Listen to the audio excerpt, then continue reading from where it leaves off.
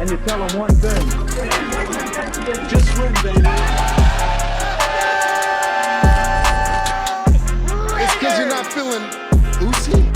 What is up, Raider Nation? It's your boy Samori back at it again with another video, and I want to go over joint practice day 2 with the Raiders and the Rams. I know that I dropped a video just a couple of days ago of day 1. I want to drop this video just yesterday, but you know, your boy got kind of busy. Now I want to have a little bit of clarification before I move on. I know that a lot of you guys kind of noticed that the mood wasn't really there in my last video, and if you guys don't already know, I have a 7-month-old baby. I had her all day. It was kind of hard to put her to sleep, but once I did, I was able to knock out that video, and I just did not want to wake her up because she was actually right next to me when I was uploading that video. So if you guys did notice that, man, I apologize for that. I just wanted to clarify that with you guys before I move on with this video. With that being said, I really want to say that, man, I'm excited about this team going into the season. Now, I know we've been hearing a lot of great things coming out of training camp. We've been hearing that the offense has been looking good. The defense has been looking good. Our quarterbacks have been killing it out there. The coaching staff, the leadership, having Maxx Crosby as the leader on the defensive side of the ball, seeing that the tone is different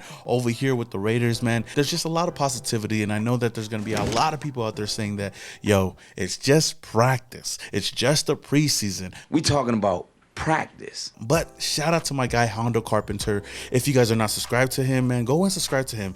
He's been killing it, dropping banger after banger after banger, you know, after every single training camp, you know, because, you know, us regular fans out here really don't have access to all the information out there in training camp, and he takes his time to talk to the nation, to talk to the people out there that just want to hear more in-depth views on training camp, you know, more than any other content creator out there, man. Hondo is killing it, and I took some notes from him, as well as getting some other notes from a lot of the other beat writers out there. So go and subscribe to Hondo Carpenter if you guys are definitely interested in stuff like that, and say, yo, boy, Samoan Raider sent you there. But with that being said, I want to get into some quick nation news before I talk about all the takeaways that I had in joint practice day 2. First and foremost, cornerback Nate Hobbs finally returned to practice, and that's great to see. He came out a little bit rusty, but overall looked great out there. It's great to see that the Raiders are putting him right back into the slot. I could definitely see Marcus Peters and Corey Bennett starting on the outside with, you know, Nate Hobbs going right back into the slot where he definitely excels at. Another player that's been standing out all through training camp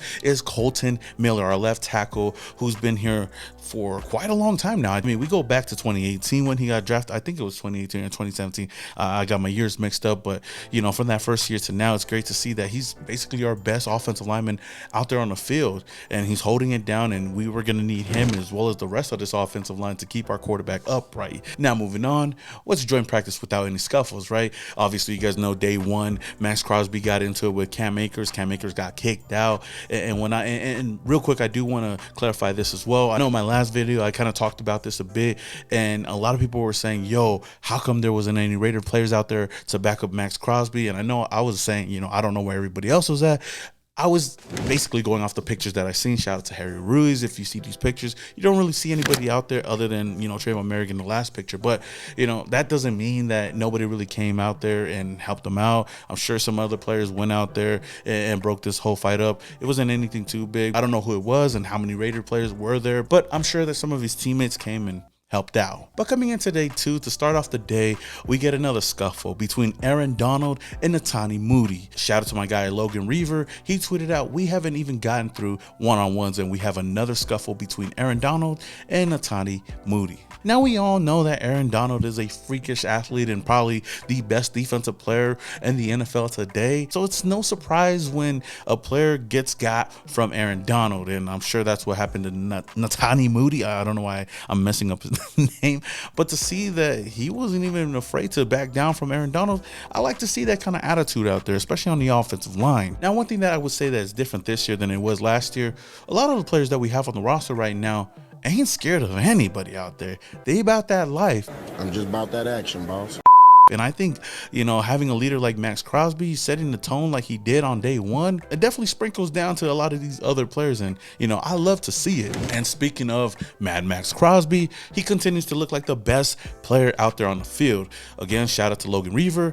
tweeting out, Maxx is winning every matchup again in 1-on-1s and 2-on-2s. He did a head shake of "That's nasty" as he came off of his last rep, bringing the juice, as he likes to say. Of course, having a guy like Maxx on the defensive side of the ball that's really vocal out there can definitely pump up a lot of these other players out there. And for him to go out there and be that example, man, you just love to see it. I mean, the Raiders dropped a mic'd up session with Maxx Crosby, and you definitely see the energy in there. Now, speaking of the defense as a whole, they are definitely feeding off of that energy from Maxx Crosby, because everybody else out there, the defensive line, have been dominating. I've been hearing a lot of great things from our defensive line. They look faster out there. They're applying a lot of pressure out there, and that's something that we've been missing for the past couple of years, especially in the interior. We got guys like Adam Butler. We got guys like Isaac Rochelle. We got guys like Nesta Jade Silvera. You know, the list goes on and on and on. All these guys out there are killing it, not only in their 1-on-1s, but you definitely see it when they're out there scrimmaging. But as much praise as I'm giving these guys, man, Matt Stafford still had a solid day, you know, making some plays out there, and it makes sense. You know, we have a different quarterback that we're going up against now in joint practices. I'm sure that Matt Stafford is better than any quarterback that was over there in San Francisco, whether it's Trey Lance, Sam Darnold, Brock Purdy. We got a more experienced veteran that we're going up against. According to Logan, he tweeted out, Raiders defense bringing a better energy and effort today, but Stafford still getting his with chunk plays. Pocket collapsing quick, and D-line is forcing rollouts, but the Rams offense still completing balls. Pinpoint accuracy from Stafford again, even on the run. So after reading that, there's definitely two sides to this. It's good that the defense is applying that pressure, but you know, shout out to Matt Stafford. He's still out there making plays for the Rams offense. Like I said earlier, I know the defensive line has been killing it, but you know, I got to give a lot of props to Matt Stafford. Now, I do quickly want to highlight the defensive line, some of the things that I've seen online. You know, shout out to Hondo Carpenter tweeting that the Raiders defensive line dominated the Rams offensive line.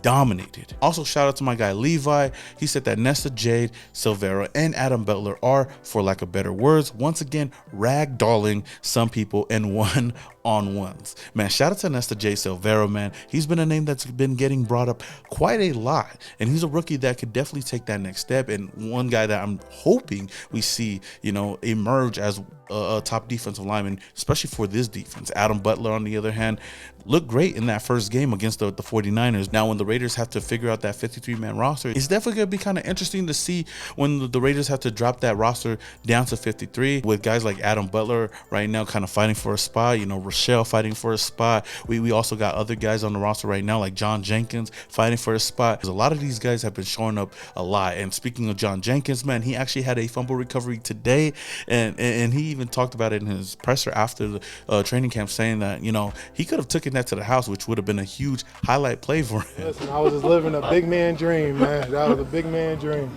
you know, and I would have ran that back. I would have ran that back. In the game. Oh, yeah, definitely, without a doubt, without a doubt. Now, the last thing I want to highlight on the defensive side of the ball before I move on is Maxx Crosby being that leader for our first round pick, Tyree WIlson. Now, Tyree WIlson, my goodness, just seeing him out there padded up. I know he's not out there scrimmaging or going 1-on-1s with some of these other guys. He's actually out there having individual workouts. But what I've seen, the videos that I've seen, WIlson is a freakish athlete. Just the length that this dude has, the strength that he has, man, this guy can be special out there. And shout out to Maxx Crosby. Yesterday during special teams period, Max actually pulled aside Tyree WIlson and spent some time teaching the rookie some technique. Obviously, this is something you want to see from your leaders. And Tyree WIlson is just, you know, he's in a great situation right now. Like I said, with guys like Chandler Jones and Maxx Crosby, who are perfect veterans to learn from, that can mentor him, that can definitely take him under their wings, you know, no pun intended for the condor. But to see Maxx Crosby out there setting the tone, being the standard for, you know, the Las Vegas Raiders, Tyree WIlson can definitely learn from that. I'm telling y'all right now, that duo on the defensive line with Tyree WIlson and Maxx Crosby, you know, when Chandler Jones is on his way out of here, that duo is definitely going to be special. I said it the day we drafted Tyree, that WIlson and Maxx Crosby is going to be that duo we expected Cleveland Farrell and Max to be when they were over here with the Oakland Raiders, you know, going into the Las Vegas Raiders. So with that said, I cannot wait to see Tyree WIlson finally suit up for the Raiders, and I don't think he's going to play until week 1 versus the Denver Broncos. Now, last but not least, we can't have a joint practice recap without talking about our quarterbacks, especially Jimmy G. How did he look in day 2? Well, according to Hondo Carpenter and some of these other guys, he actually looked really, really great out there, man.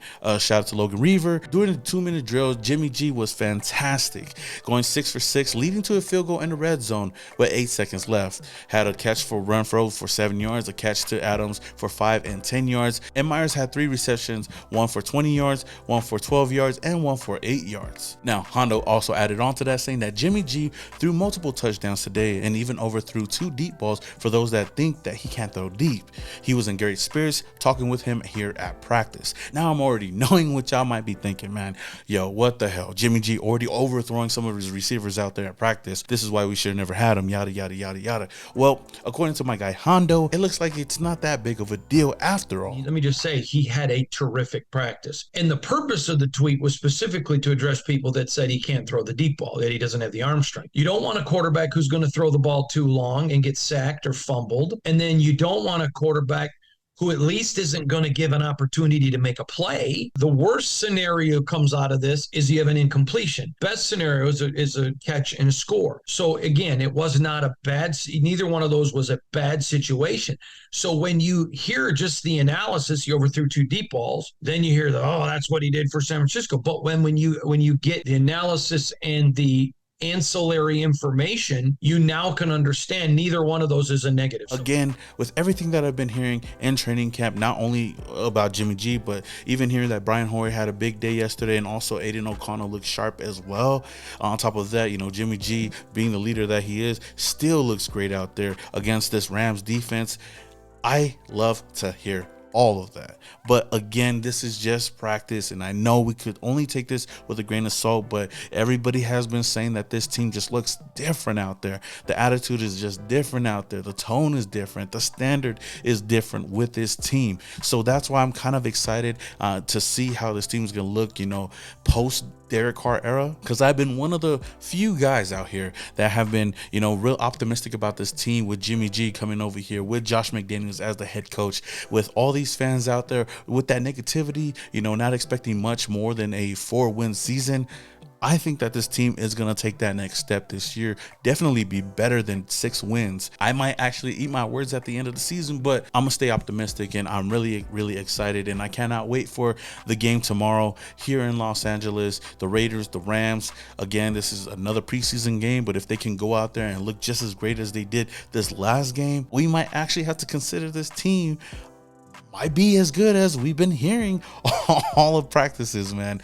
But with that said, Raider Nation, I don't want to get too ahead of myself. I want to get your guys' thoughts on this. What do you guys think about this team? How confident do you feel about this team, going into tomorrow's game? Let me know your thoughts down in the comments below. I definitely appreciate a lot of you guys that have been showing a lot of support to this channel. If this is the very first time you're coming across my channel and you're a huge Las Vegas Raider fan and definitely like the content that you've seen today, man, then hit that subscribe button, hit that notification icon button just to notify you guys when I upload more videos just like this. Also, if you guys did not check out the vlog that I dropped yesterday, man, go check it out. But until the next video, this is your boy, some more Raider, and your boys, yeah.